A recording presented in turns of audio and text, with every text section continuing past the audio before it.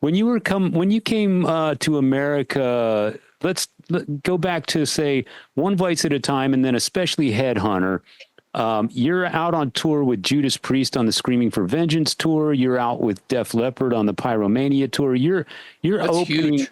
You're playing with the biggest bands of the moment at that time, and you're a bunch of young guys from Switzerland, and you're all over MTV with Screaming in the Night, Eat the Rich. Was on the radio. What was the one moment where you guys all looked at each other and went, "Oh my God, we've made it"? Was there one moment where you couldn't believe that this little band from Switzerland is standing on the shoulders of giants? That was when our album Headhunter went up to number 24 in the Billboard charts.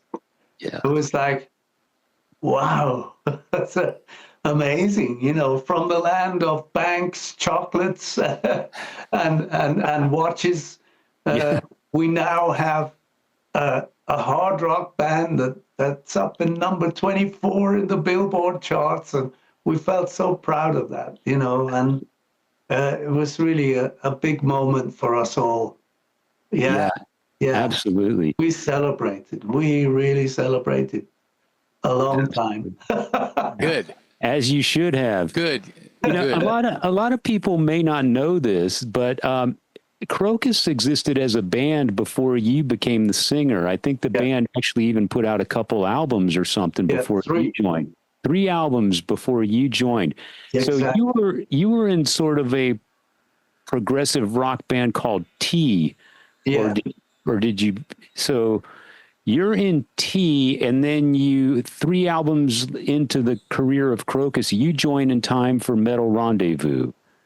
How did that happen? How did you go from T to joining Krokus?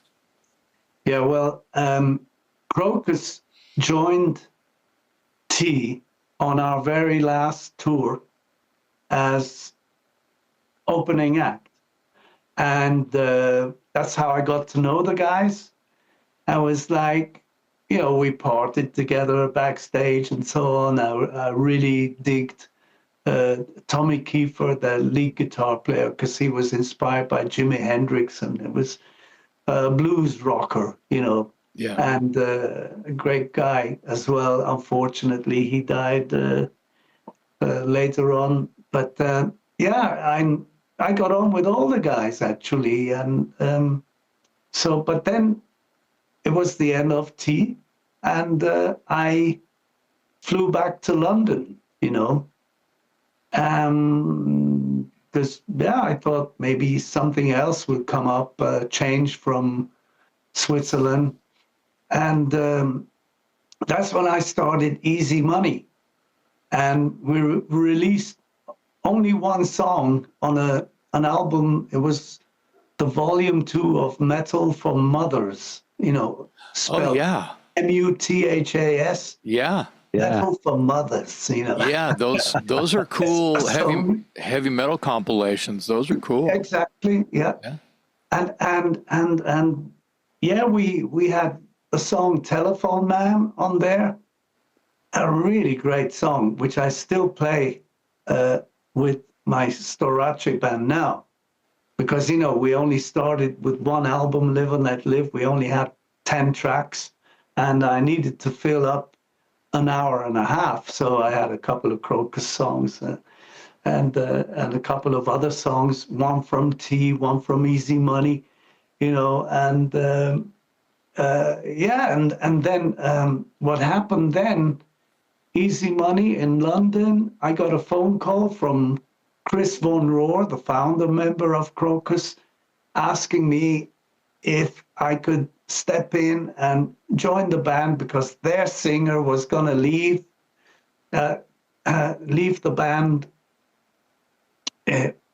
after they returned from a tour, and they didn't have, Chris didn't want to sing anymore, and this guy wasn't going to stay in the band. And so I said, well, send me some material and send me what you have right now and a demo of what you want to record and so on.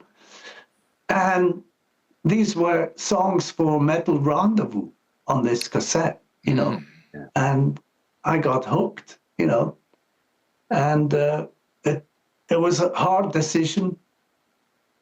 You know, it's like, so that set off a crossfire in my brain, you know, which way am I going to go? Crossfire. Yeah. And yeah, then I decided, I said, you know, I'll come over for a weekend, and we jammed out, and I thought, okay, guys, I'm in, and I had to fly back and do the hard thing of telling my guys in Easy Money, hey, listen, sorry, guys, I'm moving on, you know. Mm-hmm. And then I carried on living in London, but I was commuting, you know, flying to and fro to Switzerland, you know, rehearsing here and going off on tour all over Europe and Germany and so on. Until Metal Rendezvous came out. Then it was like our manager's phone was just ringing day and night internationally, and everybody wanted to hire Krokus, you know. So that's when we really started to tour in a big way. And next year we toured the USA, Chicago. We met our manager for the first time. He was there with Colladner. Cool. Yeah. Chicago Fest that was. And right after that, we flew back to London and England and played Reading Festival. Wow.